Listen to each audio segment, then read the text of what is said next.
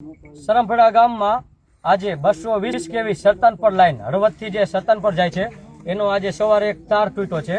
તો એમાં અત્યારે આ લાઈન બંધ કરી દીધી છે, પાવર નથી આવતો, પણ ઉપરની આજે એક સાઈડની લાઈન ચાલુ છે અને એક સાઈડની બંધ છે।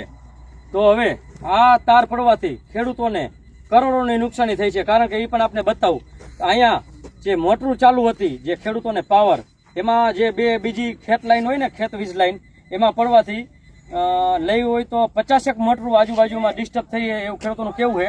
અત્યારે જીબીના સાહેબો હાજર છે, તો એ ચેકિંગ કરી રહ્યા છે। તો હવે પછી જ્યારે એ લાઈન પાવર આપે એટલે સાચી ખબર પડશે કે ખેડૂતોને શું નુકસાની છે। એટલે અમે એ લોકોને એવું કીધું કે હવે પહેલાં તમે લાઈન ચાલુ કરો અને પછી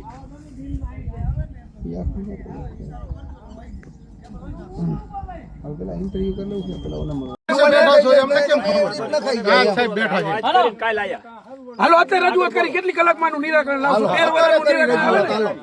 13 પહેલી વાત આ જે ખેડૂતને નુકસાની થઈ છે એના પૈસા જ્યાં સુધી નહીં મળે ત્યાં સુધી આ કંડક્ટર હટાવવાનો થતો નથી તમારે।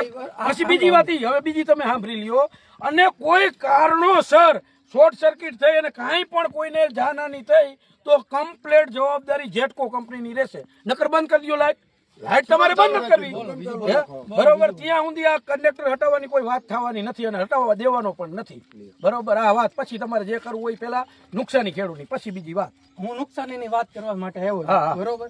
હવે આ નુકસાની તમારી અત્યારે જે કઈ થઈ છે, તો એ લાઈટ ચાલુ થાય એટલે આપણને ખબર પડશે ને, એટલે નુકસાની ચાલુ થઈ જશે। અત્યારે પ્રોસેસ ચાલુ પ્રશ્ન નથી, બરોબર? તો તમને કમ્પેન્સેશન તમને મળશે એની વાત કરવા માટે, બરોબર? પછી તો કામ ચાલુ થશે ને, પછી પણ અમે પ્રોસેસ ચાલુ કરી દઈશું। જો તમે કામ નોટ 13 વર્ષે પ્રોસેસ પૂરી નથી થઈ સાહેબ, 13 વર્ષે પ્રોસેસ પૂરી નથી થઈ, વાંધો અહીંયા બીજું તમને કહો, આની અંદર તમે તાર હાંધવા ટ્રેક્ટર લઈને જશો ને, એની નુકસાની મળશે। ના ના અમારે જોતી નથી, અમારે નુકસાન જ નથી કરવું, અમારે નુકસાન હેલિકોપ્ટર પૈસા આઈનો પાડી શકે નહીં, અમે તો ના જ પાડી, મને નથી ખબર એટલે અમને તારના પૈસા 1 રૂપિયો મળ્યો નથી, આ તાર અમે રિપેરિંગ કરવાના નથી, પૈસાનો મને ત્યાં લગી કરવા દેતા નહીં, અમને પછી કોઈ તમને આછા નહીં જશે ને, આછા નહીં જશે ને, ચોપડા જોશે પેલા વાડીની બાકી તમે સેમ્પલ ઉદાહરણ પીજીવીસીએલ હોય કે જેટકો હોય, તમે આપણી સમસ્યા આપણા છોકરાથી હલ ન થાય, પેટી વહી જાય કોઈ હલ ન થાય। જેટકોમાં જ આવે છે, જેટકો જ કરશે, બરોબર? એ તો જેટકો જ કરે, અને અમે જ આવશું, અમે જ કરશું।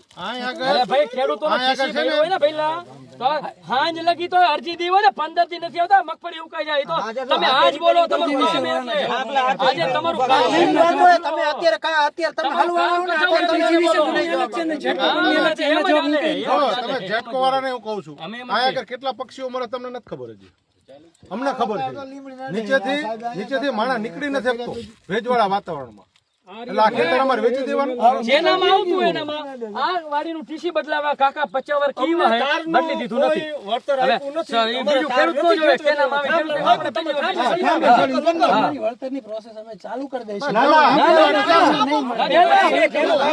પૈસા પછી તમે ચેક કરો તારના પૈસા આપ્યા નથી, પછી અને એ ધારનું એ 4 ગણું હોય, નકર નહીં 400%, ભાઈ 30% દે તો નહીં। મને મળજો તમારું છે ને તમે નક્કી કરી લેજો અમારા ભાઈની સહમતિ વિના એના નામે ખેતર 58 વીઘા, બરોબર? આ તારનું 400 ગણું વળતર પેલા ખાતામાં નાખી અને પછી એન્ટ્રી કરવાની, ત્યાં સુધી નહીં, એ 400 ગણું 30% નહીં, ખેડૂતની જે માંગ એ માંગ, નકર તમ તારે તાર ભલે પડ્યા લાઈન ચાલુ રાખવી રાખો, બંધ રાખવી રાખો, ચાલુ રાખો, શોર્ટ થાય એટલે સંપૂર્ણ જવાબદારી જેટકોની છે। તારના પૈસા આપ્યા હોય તો તમે રિપેરિંગ કરો, તારના આપ્યા કરો, બરોબર ને? એમાં તો તમને ખબર છે બધા ચેક કરાવવા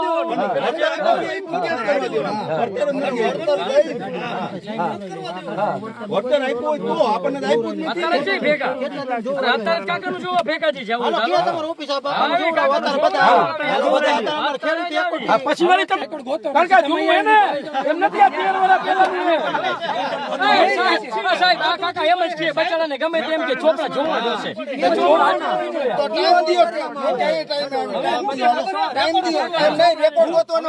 મને નંબર આપો, હું આમ જ ફોન કરીશ. નંબર તો તમને ફોન કરશે, નંબર લઈ લ્યો ગમે હાલો.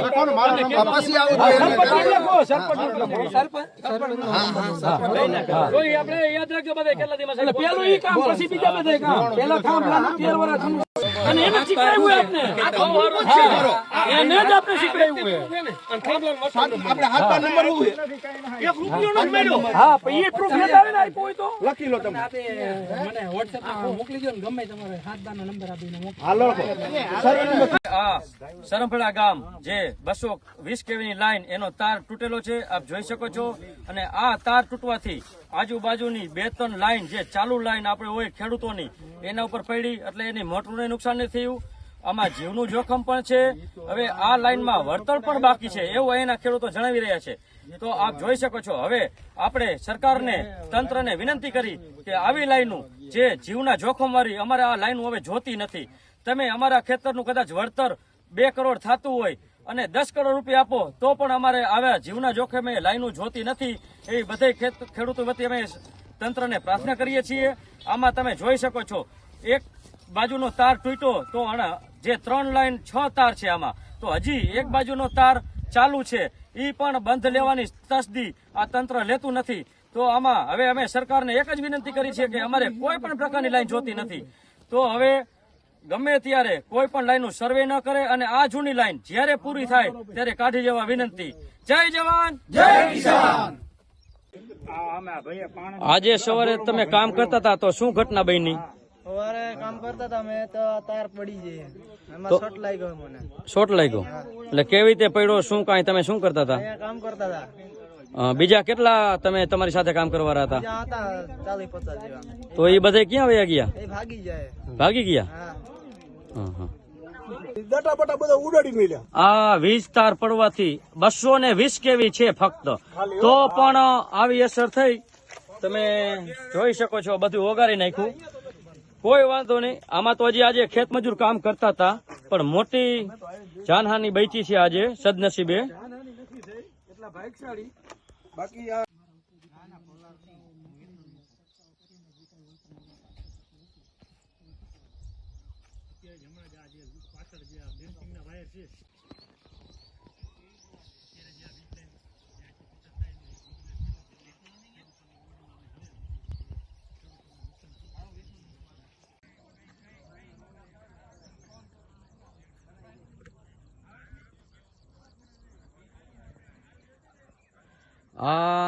220 કેવીની લાઈન એનો આજે સવારે તાર તૂટ્યો. હવે આ તાર તૂટવાથી આજુબાજુના જે ખેતરની લાઈન હોય, ખેત પાવર હોય જે ખેતીનો, એના ઉપર પડવાથી લગભગ આશરે ખેડૂત ભાઈઓનું એવું કેવું છે કે લાઇટ આવે પછી ખબર પડે 50 મોટરું બળી ગઈ હશે. કારણ કે આ તાર બીજી 2 ચાલુ લાઈન ઉપર પડ્યો એટલે બહુ મોટા ભડાકા સાથે.